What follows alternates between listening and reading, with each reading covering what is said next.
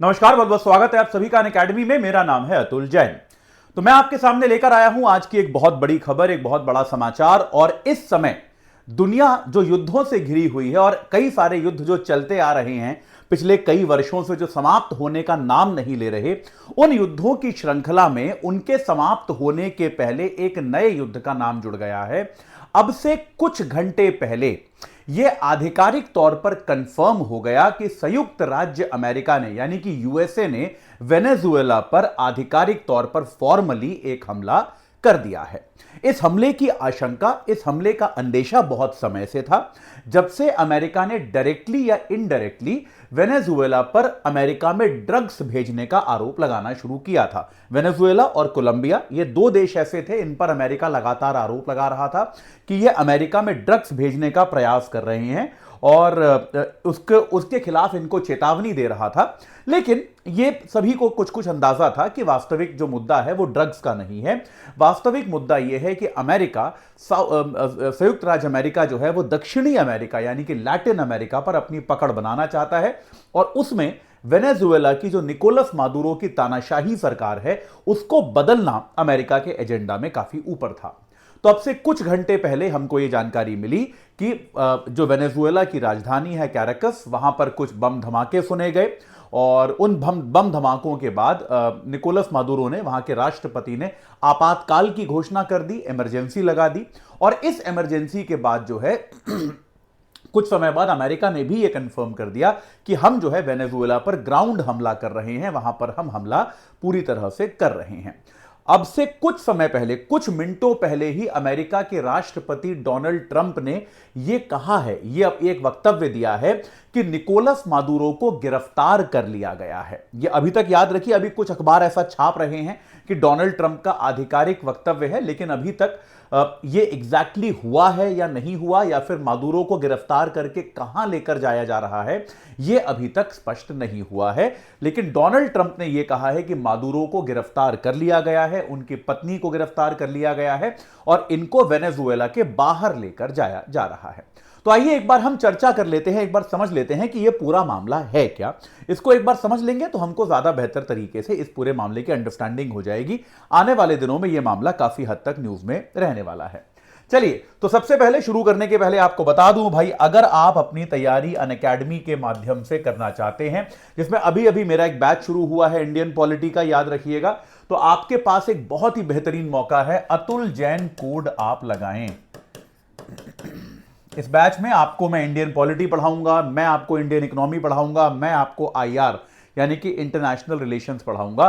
तो काफी हद तक सिलेबस इसमें मैं आपके साथ कराने वाला हूं। 17,999 में आपको मिल जाएगा। बाकी हमारे बहुत शानदार टीचर्स जो है सारे के सारे आपका पूरा प्रीलिम्स, पूरा मेंस, पूरा इंटरव्यू, पूरा सीसैट आपका कवर कराएंगे। और केवल 17,999 में ये ऑफर जो है ये केवल 5 जनवरी तक है। तो आप आज ही इससे जुड़ सकते हैं और अपनी तैयारी को सही आकार दे सकते हैं। अभी आप तुरंत जुड़ जाएंगे तो मंडे को जो मेरी प्लस क्लास होने वाली है उसके साथ आप भारतीय संविधान की प्रस्तावना वगैरह वाला जो मेरा चैप्टर है उससे ज्वाइन कर सकते हैं और शुरुआत से आपको सब समझ में आ जाएगा। ठीक है, चलिए, तो अब हुआ क्या है, जैसा कि आप यहां पर देख सकते हैं, आज का जो हमें जानकारी मिली अब से कुछ घंटे पहले, सबसे पहले वेनेजुएला ने ही यह कंफर्म किया। और वेनेजुएला के साथ साथ जो है कोलंबिया, जो उसका पड़ोसी देश है, और कोलंबिया भी अमेरिका के रडार पे रहा है, अमेरिका के टारगेट पे रहा है। ऐसा माना जाता रहा है कि अमेरिका कोलंबिया और वेनेजुएला, इन दोनों देशों की जो सरकारें हैं उनसे काफी नाराज रहता है। तो वेनेजुएला की जो राजधानी है कैराकस, यहां पर कई बम धमाकों की आवाज सुनी गई। इसके पहले याद रखिएगा कि अमेरिका यह आरोप लगाता रहा है कि इस मार्ग से वेनेजुएला से जो है अमेरिका में ड्रग्स का कारोबार किया जाता है। यह एक आरोप अमेरिका लगाता रहा है। लेकिन मुख्य मुद्दा यह नहीं है। मुख्य मुद्दा वहां पर काबिज निकोलस मादुरो की सरकार है, जो ना तो अमेरिका के नियंत्रण में है और साथ के साथ वो सरकार एक प्रकार की तानाशाही सरकार भी मानी जा सकती है। तो ये जो सज्जन आपको स्क्रीन पर दिखाई दे रहे हैं, इनका नाम है Nicolas Maduro. Nicolas Maduro Venezuela के निर्वाचित राष्ट्रपति हैं, लेकिन वास्तविकता में ये तानाशाह हैं। 2013 में जब वहां के करिश्माई नेता ह्यूगो चावेज की मौत हुई, तो उसके बाद निकोलस मादुरो वहां के राष्ट्रपति बने। शुरू शुरू में ये लोकप्रिय थे, इनको उनका उत्तराधिकारी भी माना गया। ये काफी लोकप्रिय थे, इन्होंने बहुत सारे काम करने शुरू किए। लेकिन धीरे धीरे निकोलस मादुरो जो हैं वो वहां के तानाशाह बनते चले गए और वहां पर उन्होंने शक्ति का अभूतपूर्व केंद्रीयकरण करना शुरू कर दिया। और कोई भी तानाशाह, उसका प्लेबुक एकदम सिंपल होता है, उसका जो काम करने का तरीका होता है लगभग एक जैसा होता है। इसमें उन्होंने क्या किया, उन्होंने अपने सभी विरोधियों को जेल भेजना शुरू कर दिया, अपने बहुत सारे राजनीतिक विरोधियों की हत्याएं करवानी शुरू कर दी, उनकी राजनीति पर प्रतिबंध लगाना शुरू कर दिया। साथ के साथ जो न्यायपालिका थी या प्रशासन के दूसरे तंत्र थे उनको अपने खास लोगों से भर दिया।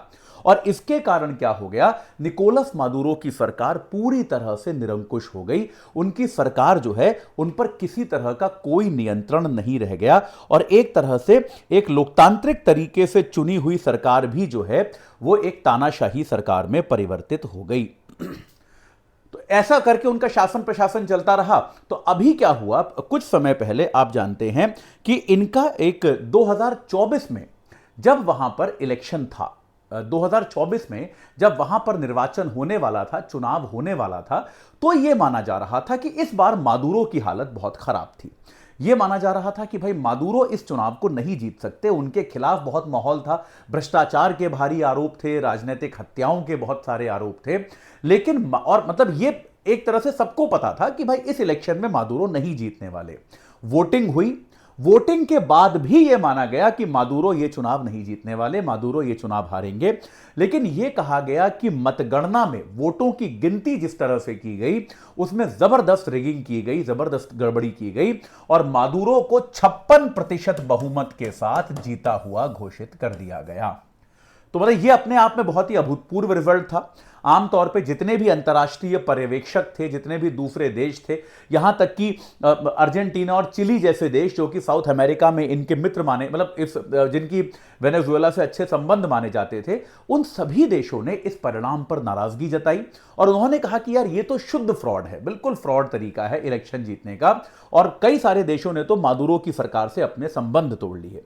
मादुरो के खिलाफ जो राष्ट्रपति पद की प्रत्याशी थी, मेरे ख्याल से हम सभी ने इनका नाम सुना होगा।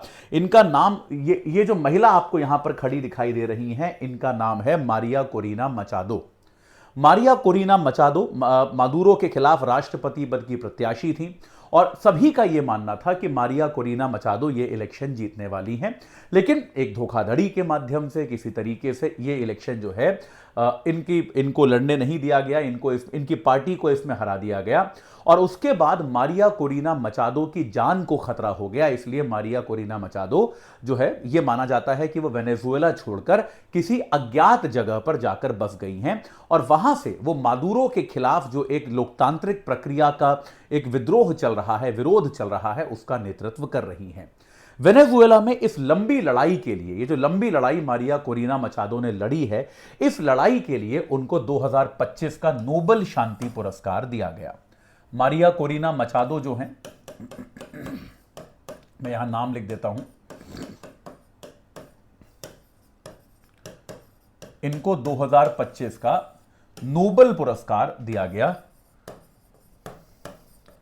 नोबेल शांति पुरस्कार से इनको सम्मानित किया गया और यह माना जाता है कि वेनेजुएला के लिए यह एक प्रकार की लोकतांत्रिक उम्मीद जैसी मानी जाती हैं मारिया कोरिना मचादो। तो अब क्या हुआ, जब डोनाल्ड ट्रंप सत्ता में आए तो यह माना गया कि डोनाल्ड ट्रंप जो हैं भाई वो किसी ना किसी प्रकार से अपना आधिपत्य इस क्षेत्र पर वापस पाना चाहेंगे और इसके लिए उन्होंने आने के बाद से ही दक्षिण अमेरिका के इन दो देशों पर लगातार जो है दबाव बनाने की कोशिश करी। कोलंबिया पर उन्होंने दबाव बनाने की कोशिश करी और वेनेजुएला पर उन्होंने दबाव बनाने की कोशिश करी। शुरुआत में वेनेजुएला थोड़ा सा जो है उसने सख्ती दिखाई, लेकिन अगर आप आज का ही द हिंदू देखेंगे जिसमें कल की खबरें आई हैं तो आपको दिखाई देगा कि वेनेजुएला में के जो राष्ट्रपति हैं उन्होंने अपने आप को अमेरिका का भाई बताया, एक तरह से अमेरिका के साथ शांति स्थापित करने की कोशिश की। उन्होंने कहा कि वेनेजुएलन्स और अमेरिकी तो आपस में भाई हैं और हमारा जो भी मुद्दा है, जो भी हमारे विवाद है, उनको हम आपस में सुलझा सकते हैं। यह कहकर निकोलस मादुरो ने ये उन्होंने दावा किया कि राष्ट्रपति ट्रंप से मेरी बातचीत हुई है कुछ दिनों पहले और हम लोग बातचीत वगैरह के माध्यम से अपने विवादों को सुलझा देंगे। लेकिन अब ऐसा स्पष्ट है कि वो बातचीत जो है वो सफल नहीं रही। उस बातचीत का जिस तरह का परिणाम शायद मादुरो ने अपेक्षित किया होगा, उन्होंने एक्सपेक्ट किया होगा, उस तरह का परिणाम नहीं निकला। और इसके कारण क्या हुआ, अमेरिका ने अब जो है पूरी तरह से वेनेजुएला पर हमला कर दिया है। एक ट्रंप जो है निश्चित तौर पर उनके रवैये से, मादुरो के तौर तरीकों से ट्रंप नाराज थे। ट्रंप के अपने खुद के रणनीतिक गोल भी है। ट्रंप, जैसा कि हम जानते हैं, अपेक्षाकृत एक ज्यादा आक्रामक राष्ट्रपति हैं और अपने राजनीतिक विरोधियों पर वो बल प्रयोग करने से पीछे हटते नहीं हैं, ये बात स्पष्ट है। तो भाई ट्रंप ने जो है अब यहां पर सीधे सीधे मादुरो पर हमला करना शुरू कर दिया है। और अब से कुछ समय पहले, जैसा कि आपको मैंने बताया, ट्रंप ने यह बात कंफर्म करी है कि निकोलस मादुरो को गिरफ्तार कर लिया गया है। अब यहां पर एक सवाल यह खड़ा होता है कि अगर ट्रंप को मादुरो के साथ कोई नाराजगी भी थी तो क्या यह अंतर्राष्ट्रीय कानूनों के तहत उपयुक्त है? क्या यह अंतर्राष्ट्रीय कानूनों के तहत जो है यह सही है कि आप किसी देश पर हमला करके वहां के निर्वाचित राष्ट्रपति को गिरफ्तार कर लें? तो इसको सही तो नहीं माना जा सकता। मादुरो की सरकार जिस भी तरह की सही हो, लेकिन वो वहां की निर्वाचित सरकार थी। आप इस पूरी प्रक्रिया को सही शायद नहीं मान सकते। लेकिन ये एक बार दोबारा से इस बात को दिखाता है कि जो अंतर्राष्ट्रीय संगठन है और जो अंतर्राष्ट्रीय कानून है, आज की दुनिया में उनकी इज्जत नाम मात्र की रह गई है। उनका कोई देश न तो सम्मान करता है, कोई भी देश उनका पालन नहीं करता है।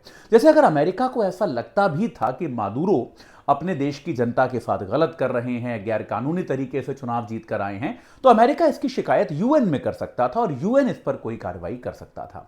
लेकिन ना तो अमेरिका ने ऐसी कोई कार्रवाई करी, कोई शिकायत करने की बात की, ना यूएन ने इस पर कुछ हस्तक्षेप करने की कोशिश करी। और शायद अगर यूएन हस्तक्षेप करता भी तो कोई उसकी बात नहीं मानता। जो अपने लेक्चर्स में मैं आपको बार बार कहता आया हूं कि दुनिया अब एक ऐसे फेज में आ गई है जहां पर अंतर्राष्ट्रीय संगठन जो हैं वो अपनी पूरी रेलेवेंस खो चुके हैं, अपनी पूरी प्रासंगिकता खो चुके हैं। वो एकदम सत्य होता नजर आ रहा है। अमेरिका को लगा कि भाई मादुरो ठीक नहीं कर रहे हैं। अमेरिका ने सीधे एक दिन मादुरो पर, निकोलस मादुरो पर हमला कर दिया, उनको गिरफ्तार कर लिया। अब अगर वो वास्तविकता में गिरफ्तार हो गए हैं, कुछ 1-2-3 घंटे में और कंफर्मेशन आ जाएगा। अभी तक अमेरिका की तरफ से यह बात आई है, इंडियन एक्सप्रेस ने छापा है कि मादुरो गिरफ्तार हो गए हैं, अमेरिका ने यह कहा है। तो कुछ समय में और कंफर्मेशन आ जाएगा।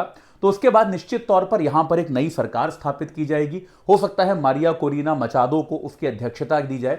मारिया कोरिना मचादो आने वाले समय में बहुत महत्वपूर्ण बन सकती हैं वेनेजुएला में।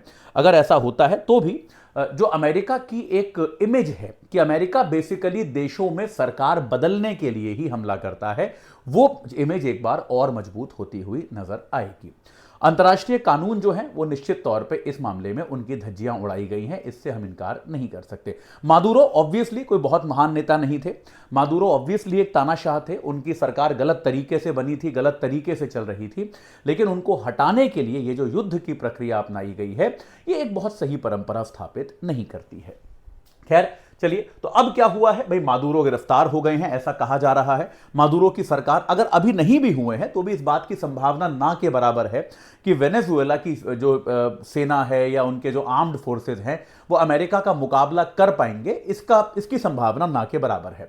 अब अगर ट्रंप ने सैन्य हस्तक्षेप कर ही दिया है तो अगर अभी नहीं भी हटी है सरकार उनकी, तो 1-2 दिन में वो हट जाएगी, इसमें कोई डाउट नहीं है। इस पर पहला रिएक्शन जो आया है वो ईरान का आया है। और ईरान का पहला रिएक्शन क्यों आया है? क्योंकि ईरान को काफी हद तक नजर आ रहा है कि अगला नंबर उनका है। यह भी मैं आपको बता रहा हूं, मतलब ये जो है मादुरो के बाद अब अमेरिका नहीं रुकने वाला। अब ये बस एक समय की बात है कि कितने समय के बाद, लेकिन अगला नंबर ईरान का है। अमेरिका ईरान में भी रिजीम बदलने का, ईरान में भी सरकार बदलने का प्रयास करेगा। तो ईरान ने इस हमले की निंदा की है, इस पूरे प्रक्रिया की निंदा की है। ईरान ने यह कहा है कि यह अंतर्राष्ट्रीय कानूनों का उल्लंघन है। उसने यह कहा है कि भाई अगर ऐसा, जो आपको मैंने कहा कि अगर ऐसा कुछ करना था तो संयुक्त राष्ट्र के माध्यम से आपको शिकायत करनी चाहिए थी। और ईरान ने यह भी कहा कि ये जो है इसका खामियाजा अमेरिका को भुगतना पड़ेगा। और ये खामियाजा जो है ये केवल आपका वेनेजुएला में नहीं भुगतना पड़ेगा, दुनिया के दूसरे क्षेत्रों में भी खामियाजा भुगतना पड़ेगा। यानी कि एक तरह से ईरान ने एक प्रिजम्पटिव चेतावनी जैसी अमेरिका को दे दी है, क्योंकि ईरान को यह बात लगभग क्लियर है कि अगला नंबर जो है अब ईरान का ही होने वाला है। वेनेजुएला से अमेरिका ने इस प्रोसेस की शुरुआत की है और मेरे ख्याल से अगला स्टॉप इसका ईरान होगा, जहां पर वर्तमान जो एक जो वहां के सर्वोच्च नेता की सरकार है अयतुल्लाह खमेनी की, उस सरकार को भी ईरान माफ कीजिएगा अमेरिका टारगेट कर सकता है। तो यहां पर अभी इस प्रकार की प्रक्रिया है। अभी हमको इसमें यह देखना बाकी है भारत इस पे क्या स्टैंड लेता है, भारत इसमें क्या कहता है। अभी तक भारत के विदेश मंत्रालय की ओर से कोई खास इस पर प्रतिक्रिया आई नहीं है, तो ये आने वाले समय में देखने वाली बात होगी कि ये प्रतिक्रिया जो है वो क्या होती है। हम ये भी अपेक्षा करते हैं कि वो बहुत लंबा युद्ध शायद वहां पर नहीं होगा, लेकिन एक रिजीम चेंज, एक जो सत्ता परिवर्तन की प्रक्रिया है वो वहां पर निश्चित तौर पर शुरू हो गई है। ठीक है जी, चलिए, तो इसमें जो भी नया होगा इस खबर पे हम नजर रखेंगे। जो कुछ भी इसमें नया होगा वो आपको सबसे पहले और सबसे एक्यूरेट तरीके से बताते रहेंगे। आपको एक बार फिर बता दूं, हमारा अभी मेरा पॉलिटी का कोर्स शुरू हुआ है, हमारा बहुत ही शानदार प्रारंभ बैच शुरू हुआ है। सबसे बड़ी सेल लगी है अनअकैडमी की आज तक, 17,999 में आपको मिल जाएगा। अतुल जैन कोड अगर लगाओगे 5 तारीख तक केवल ये डिस्काउंट है, उसके बाद ये डिस्काउंट नहीं है। इस बैच में मैं पॉलिटी पढ़ाने वाला हूं, इकोनॉमिक्स पढ़ाने वाला हूं, आईआर पढ़ाने वाला हूं। तो अगर आपको मेरे साथ पढ़ना है और बहुत सारे आपके पसंदीदा टीचर्स हैं जो बाकी विषय आपको पढ़ाने वाले हैं, तो इन सबके साथ आप पढ़ सकते हैं और अपनी तैयारी को सही आकार दे सकते हैं। आज ही जुड़िए और अपनी तैयारी को स्ट्रांग बनाइए। इस चर्चा से जुड़ने के लिए आप सभी का बहुत बहुत धन्यवाद।